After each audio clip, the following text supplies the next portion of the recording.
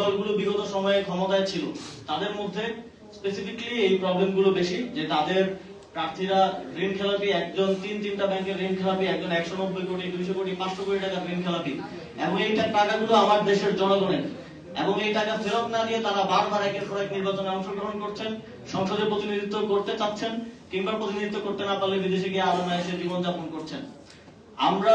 আপনারা দেখেছেন যে জাতীয় নাগরিক পার্টিরও 47 জন মনোনয়নপত্র জমা দিয়েছেন, সেখানে একজন ব্যতীত বাকি সবাই নিষ্কণ্টক ভাবে তাদের মনোনয়নের বৈধতা পেয়েছেন। আমরা এই নতুন বন্দোবস্তের কথাই সবসময় বলে এসেছি এবং এই নতুন বন্দোবস্তের পথেই আমরা যেতে চাই। এটাই প্রমাণ করে যে জাতীয় নাগরিক পার্টি এই যেই তথাকথিত গণতান্ত্রিক কিন্তু লুটেরা রাজনৈতিক দলগুলো আছে তাদের থেকে কোন জায়গায় আলাদা, এবং বাংলাদেশের জনগণ এই পরিবর্তনটা দেখি তাদের ম্যান্ডেট দেবে, এটা আমরা প্রত্যাশা করি। হবে আপনাদেরকে আমরা আমাদের যেই সুপ্রিম কোর্ট আছে সেখানে আমরা আমাদের আইনি লড়াই চালাবো, কিন্তু কোনোভাবেই আপনাদেরকে আমরা শান্তিতে এখানে নির্বাচন করতে, এদেশের জনগণের প্রতিনিধিত্ব করার সুযোগ আমরা দিব না। আমরা জাতীয় নাগরিক পার্টি নির্বাচন পরিচালনা কমিটির পক্ষ থেকে, জাতীয় নাগরিক পার্টি এবং আমাদের জোটের শরীকদের পক্ষ থেকে স্পষ্টভাবে এই বার্তাটা দেশবাসীর কাছে, নির্বাচন কমিশনের কাছে, অন্তর্বর্তীকালীন সরকারের কাছে দিতে চাই। আপনারা কোনোভাবে একটা দায়সারা নির্বাচন করে দিয়ে বা সেটেল নির্বাচন করে দিয়ে পার পেয়ে যাওয়ার কথা ভাববেন না। আপনারা মনে রাখবেন যে আপনাদের ওই চেয়ারগুলোতে যারা পূর্বসূরি যারা বসেছিলেন, যারা এইভাবেই গত 3টি নির্বাচনে মানুষের ভোটাধিকার হরণ করেছিলেন, তাদের পরিণতি কি হয়েছে সেটা আপনারা ভুলে যাবেন না।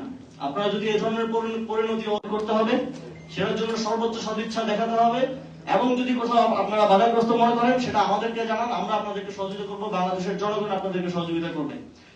এবং আমরা নির্বাচন কমিশন পুনর্গঠনের দাবি জানিয়েছিলাম, এবং আমরা যদি দেখি যে এখন যদি আবার প্রয়োজন হয় আবার আমরা রাজপথে নামবো, এবং আমরা কোনোভাবে একটা যাচ্ছেতাই নির্বাচন আয়োজন করার সুযোগ দিব না। যদি প্রয়োজন হয় এই নির্বাচন কমিশন পুনর্গঠন করে প্রয়োজনে কিছুদিন দেরি করে হলেও একটা সুষ্ঠু নির্বাচন আয়োজন করাই, যেন তারা একটা নির্বাচন তাড়াতাড়ি আয়োজন করার থেকে সময় নিয়ে একটা সুষ্ঠু নির্বাচন আয়োজন করাটাই থাকবে আমাদের মূল প্রায়োরিটি।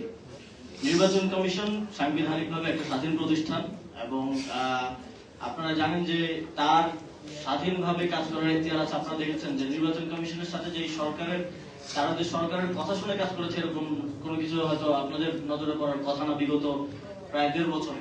আর আমি সরকারে ছিলাম, সরকারের একটা পার্ট ছিলাম আমি, কিন্তু হোল গভর্নমেন্টের সাথে নির্বাচন কমিশনের সেই কোঅর্ডিনেশনটা আমি সরকারে থাকতেও দুঃখজনক ভাবে দেখি নাই। এবং এটাও একটা দুঃখজনক বিষয়, যদি সামনের নির্বাচনে অন্তর্বর্তীকালীন সরকার এবং নির্বাচন কমিশনের মধ্যে একটা গুড কোঅর্ডিনেশন না থাকে, তাহলে এই নির্বাচনটা কতটুকু সুষ্ঠুভাবে আয়োজন করা সম্ভব সেটা নিয়ে একটা সন্দেহ রয়েছে।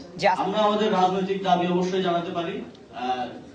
নির্বাচন কমিশন যেমন স্বাধীন প্রতিষ্ঠান, সে যদি তার স্বাধীনতার অপব্যবহার করে, সে যদি তার এখতিয়ার বহির্ভূত ভাবে গিয়ে সংবিধানের ইন্টারপ্রিটেশন দিতে চায়, তাহলে অবশ্যই আমরা যৌক্তিকভাবেই আমাদের দাবি উত্থাপন করতে পারি। আমরা আগেও করেছি এবং ভবিষ্যতেও করতে কখনোই পিছ পাবো না। সেটা আমরা সকল উপায়ে আমাদের লড়াই চালিয়ে যাব, সেটা আইনি লড়াই হোক, সেটা রাজপথের লড়াই হোক, কিংবা সর্বশেষ প্রয়োজন হলে আমরা সেই আসনে তার বিরুদ্ধে প্রতিরোধ করব।